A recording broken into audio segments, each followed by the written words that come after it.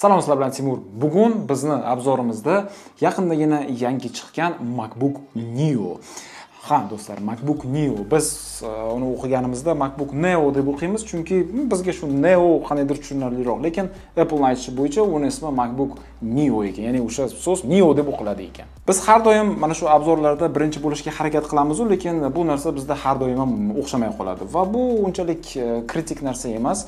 Masalan, men bayramlarga Samarqandga ketib qoldim, shuning uchun MacBook uchun kelib bo'lganda, obzor qilishga masalan fursat bo'lmadi. Mana hozirgina poyezddan tushib, kelib, birdaniga ofisga keldim. Hali uyimga ham borganim yo'q, mana Jasur aytadi.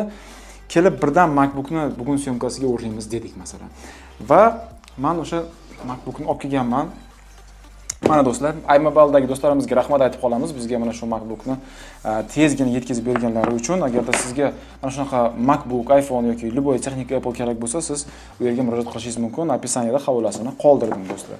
Tak, MacBookimizni olamiz. Bizning MacBook Neo'miz mana bunday ajoyib sarg'ish bilan aralash yashil rangda. Mana ko'ryapsiz, mana bu yerga yozilgan. Tak, bu qanaqa versiyasi ekan? Mana kelinglar, ko'ramiz. Sizga ko'rinyapti bu yerda. 8 GB operativ xotirali va 256 GB SSD flash xotira, 13 dyumlik MacBook Neo, 6 ta yadro CPU va 5 ta yadro GPU deb yozilgan. Mana balobatlar, tam og'irligi 1.2 kg, tam yoq-bu-yoq.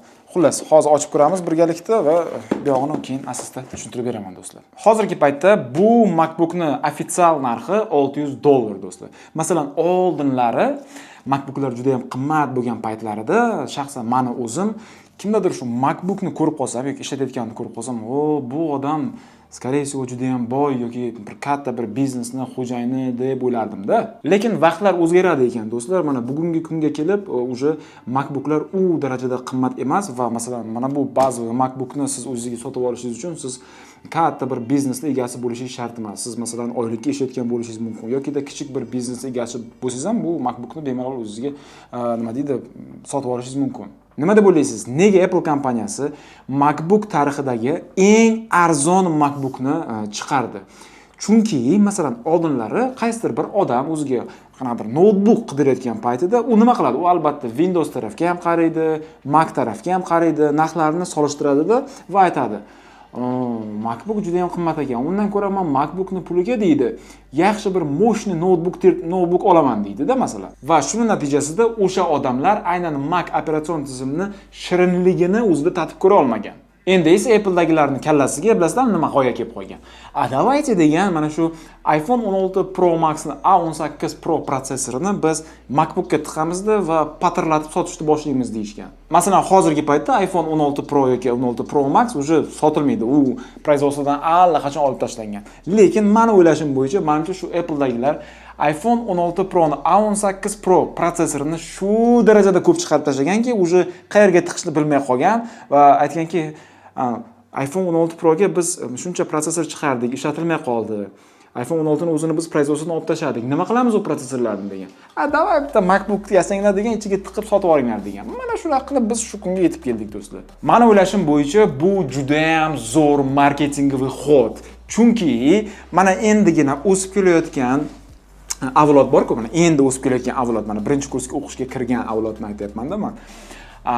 Bu o'sha avlod endi o'ziga MacBookni sotib ola oladi. Masalan, biz student bo'lgan paytimizda MacBooklar 2000 dan baland turardi va 2000 dan baland hamma ham o'ziga MacBook ola olmasdi. Endi hozirgi avlod esa ola oladi va o'sha avlod mana shu MacBook Neo'ni oladi, boshida kayf qiladi, Mac tizimiga o'rganishni boshlaydi, balobatlar to'da-suda qiladi-da, keyin qaraydiki 1-2 yilda уже bunga bu MacBookni boshisi yetmayapti. Lekin tizim yoqib qoldi o'zi. Tizim zo'r, kayf qilishni boshladi.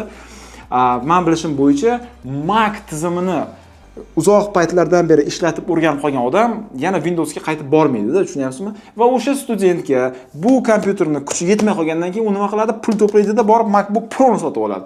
Va shu bilan bo'ldi, u marketing qurboni bo'lib qoldi. Dal shu Mac tizimidan chiqmaydi hech qayerga boshqa. Tushunyapsizmi? Marketing xodni ko'ryapsizmi?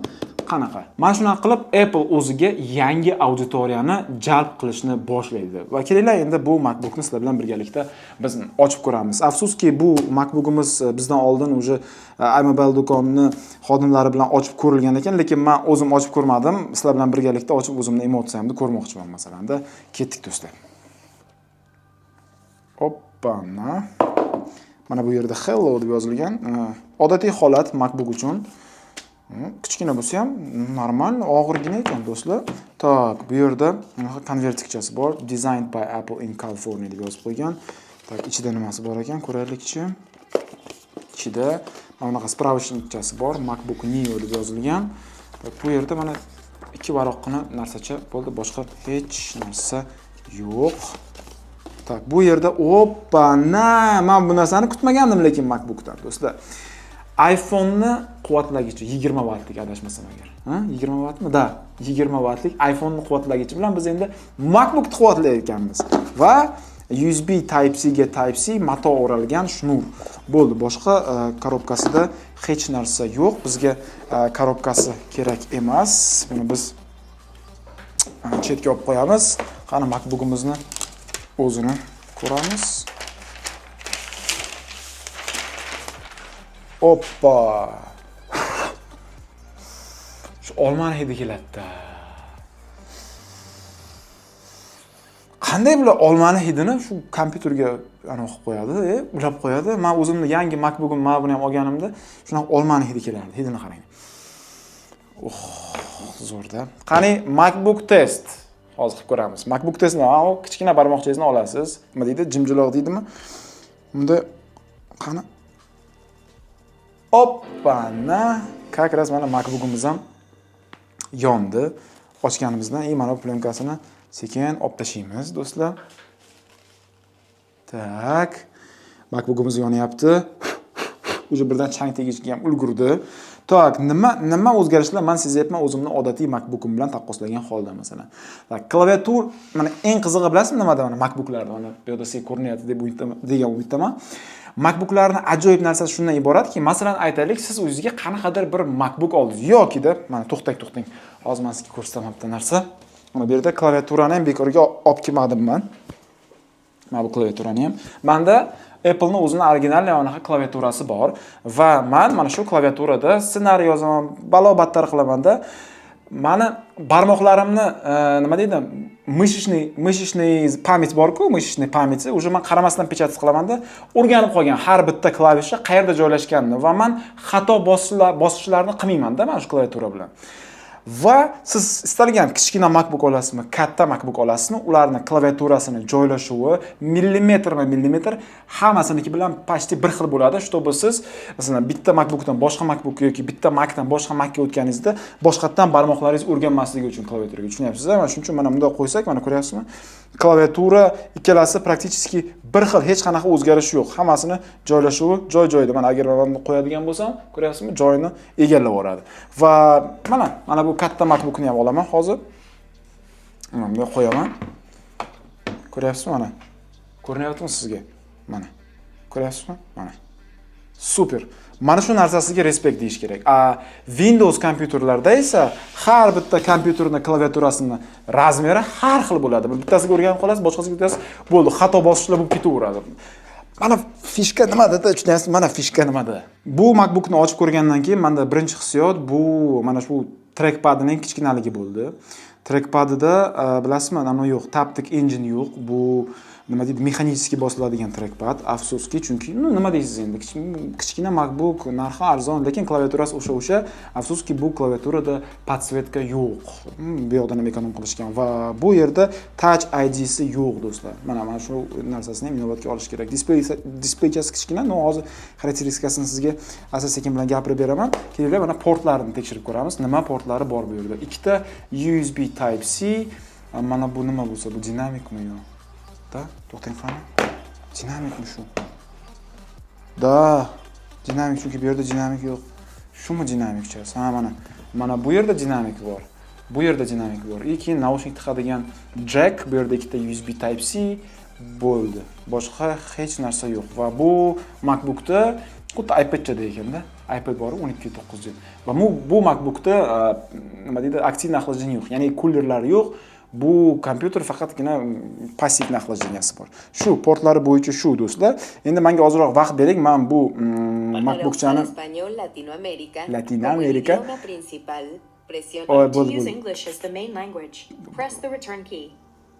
Okay.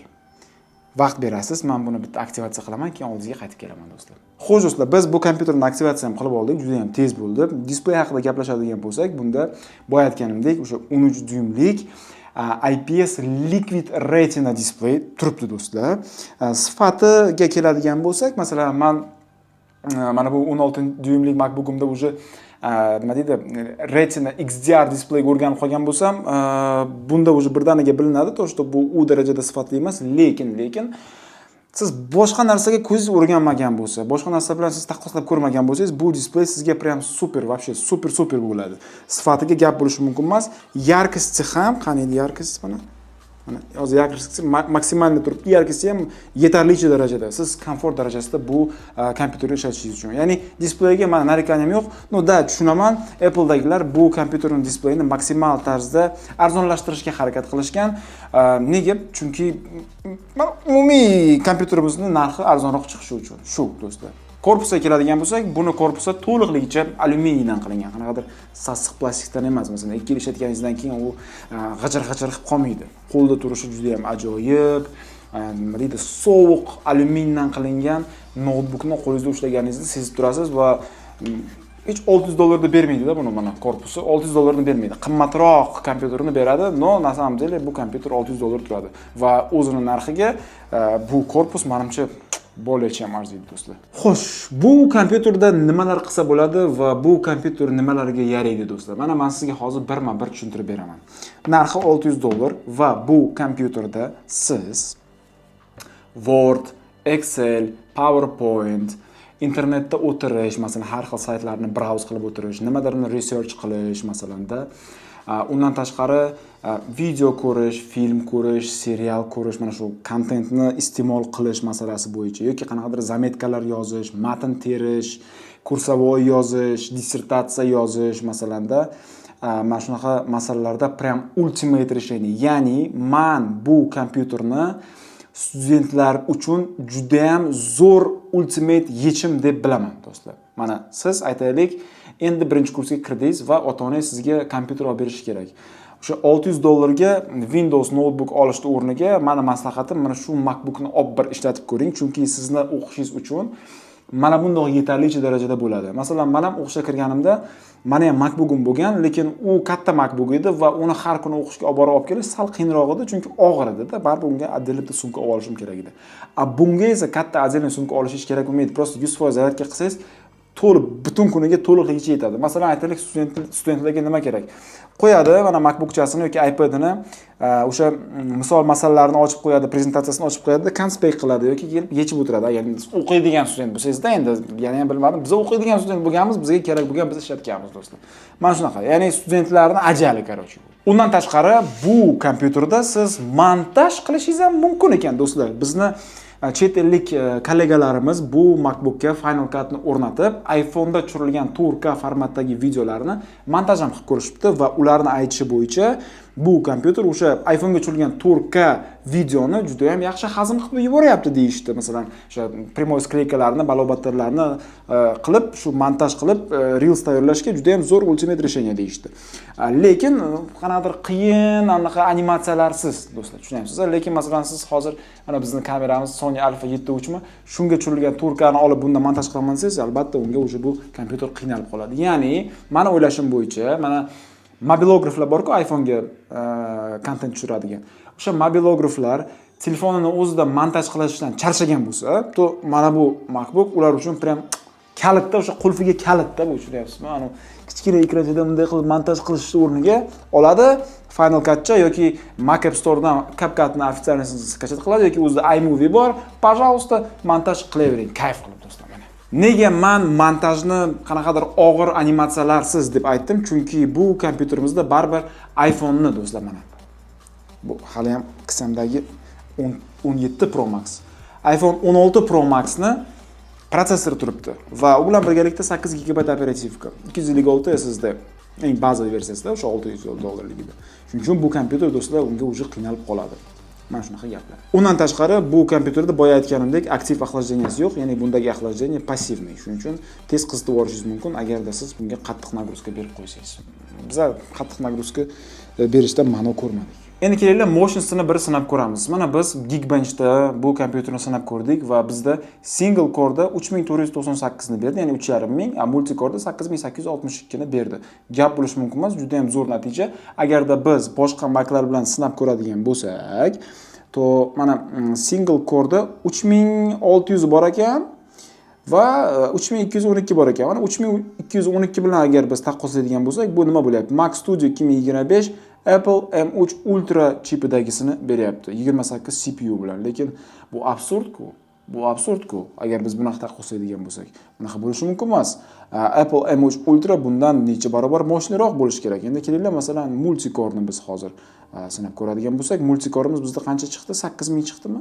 Mana 8000 ga tushadigan bo'lsak, 8000 qancha chiqdi? 8862 chiqdi. Da, mana 8400 agar olsak, mana Apple M1 chip bilan chiqadi. Bu endi haqiqatga yaqinroq. Apple M1 chip o'sha ancha bo'ldi uni chiqqaniga, da u darajada kuchli emas. Men uni ishlatib ko'rganman. Mana bizning MacBook Air'imiz bor M1 chipida. O'sha MacBook bilan bu teng keladi desa bo'ladi. Mana M1 chip bilan. Unda gap bo'lishi mumkin emas. No, tasavvur qiling, siz o'sha M1 chipni moshinasini $600 ga olyapsiz. Bugungi kunda gap bo'lishi mumkin emas. O'sha boya aytganimdek, studentga yoki da ilmiy ish qilayotgan odamga prям вообще super решение. Nima uchun aynan men bunday deb o'ylayman? Chunki student bilan qanaqadir ilmiy ish olib borayotgan odamga nima kerak? Kompyuterda nima kerak? Birinchi navbatda u kompyuter juda ham yengil, kompakt bo'lishi kerak. Hamma joyga olib keta olish kerak-da, uni tushunyapsiz. Mashinada o'tirib ham ishlarni qilib olish kerak-da.